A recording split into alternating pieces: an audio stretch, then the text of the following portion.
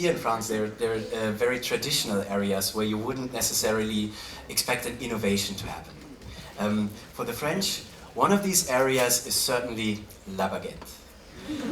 And I learned that there's two things that the French really loved when I arrived here in Paris. One was la baguette, and the other one was la révolution.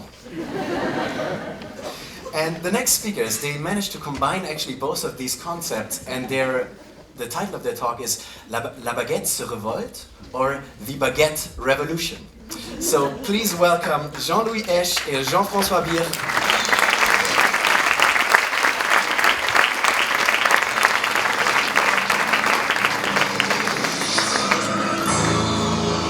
Bonjour à tous. Alors je me présente, Jean-François Birr. Donc sans plus attendre, je vais passer la parole à Monsieur Jean-Louis Hecht, qui a eu donc un problème dans les années 2000.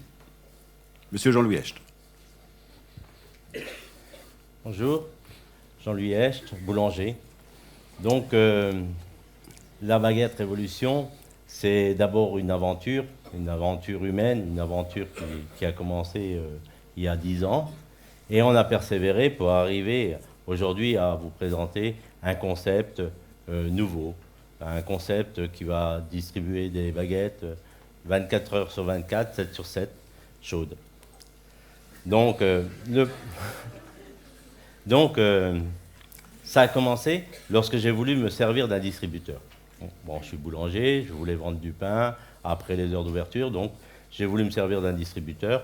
Et quand j'ai voulu mettre des baguettes dedans, je ne savais pas quoi mettre. Je mettais 20 baguettes, on m'en demandait 10.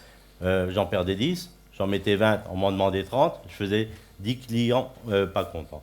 Alors tout le monde était content, sauf moi. Donc, je me suis dit qu'il faut mettre en place un système qui cuit au fur et à mesure qu'il vend. Ça n'existait pas, on l'a réalisé. Il y a 10 ans, on a démarré dans le garage, il y a beaucoup d'histoires qui commencent dans le garage, hein, mais bon, la nôtre, elle a commencé dans le garage.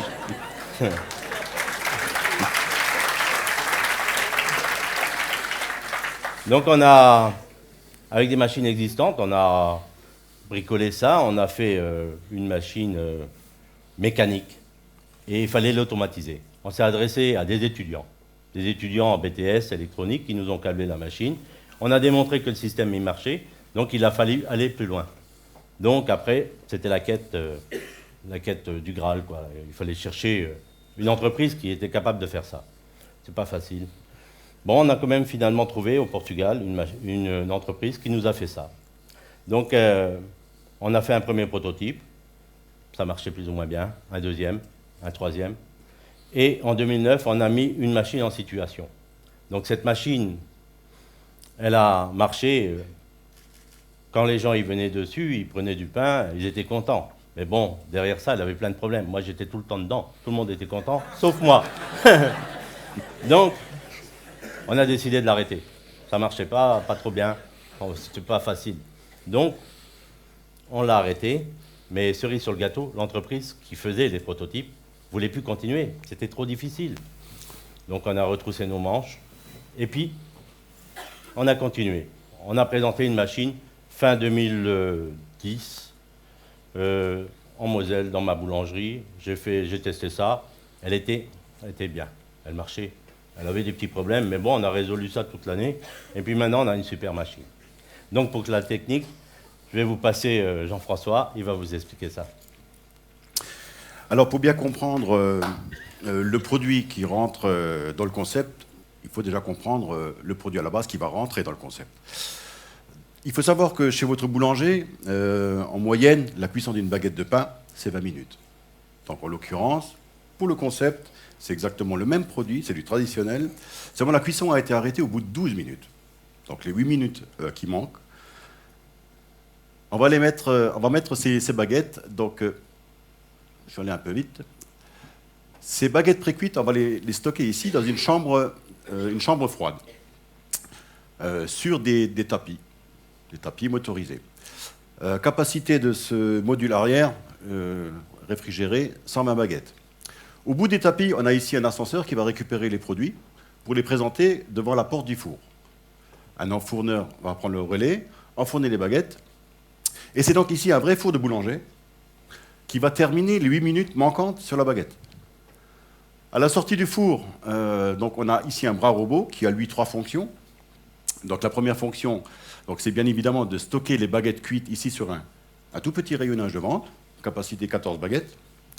Sa deuxième fonction est de reprendre le produit pour le restituer ici au client.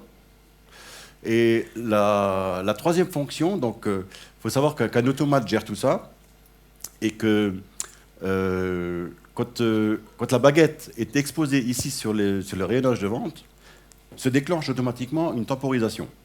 Donc à l'exploitant de gérer le temps d'exposition des produits ici dans le rayonnage de vente. Ce rayonnage, il est chauffé, on le maintient à température, 40 degrés. Le client introduit sa pièce, il a sa baguette tout de suite. Chaude, fraîche, croustillante. Exactement de la même façon que quand vous achetez votre pain à la boulangerie, on a tous les mêmes réflexes. C'est quand vous l'avez en main, vous appuyez dessus. Ah ben, je le fais aussi. Voilà.